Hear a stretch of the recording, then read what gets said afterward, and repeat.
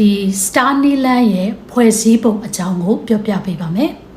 ဒီမြန်မာကျောင်းသားတွေမှာအမခန်းဇလန်းတွေရှိနေပေမဲ့ရေးထားတာရှုပ်ထွေးနေတတ်တယ်အဲ့ဒီခါမှာစီစစ်သူတွေကိုရောထွေးသွားစေနိုင်တယ်မင်းရဲ့ story ကိုရှင်းရှင်းလင်းလင်းဖွဲ့စည်းဖို့ဒီ Star Nilan ကိုသုံးကြည့်ပါ S situation ဘာဖြစ်ခဲ့တာလဲ T task ရည်မှန်းချက်သို့မဟုတ်စိန်ခေါ်မှုကပါလဲ A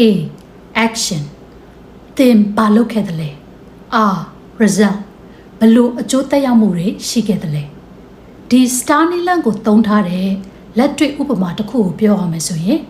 S ကျွန်တော်တို့ရောမှာတန်ရှင်းတဲ့ရေမရှိဘူး T ကလေးတွေမှာရေကတဆင့်ကူးဆက်တဲ့ယောဂတွေရှော့ချင်တယ် A ဒေသခံကျန်းမာရေး NGO နဲ့ပူးပေါင်းပြီးတော့အိမ်နောင်စု90ကိုရေတန်း73နည်းတင်နန်းကျွန်တော်ပေးခဲ့တယ် R 3လကြာတဲ့အခါမှာယောဂဖြစ်ပွားနှုန်း30%ရော့ကျပြီးတော့ဒေသကျန်းမာရေးဌာနရဲ့အသိမှတ်ပြုခြင်းကိုခံရခဲ့တယ် C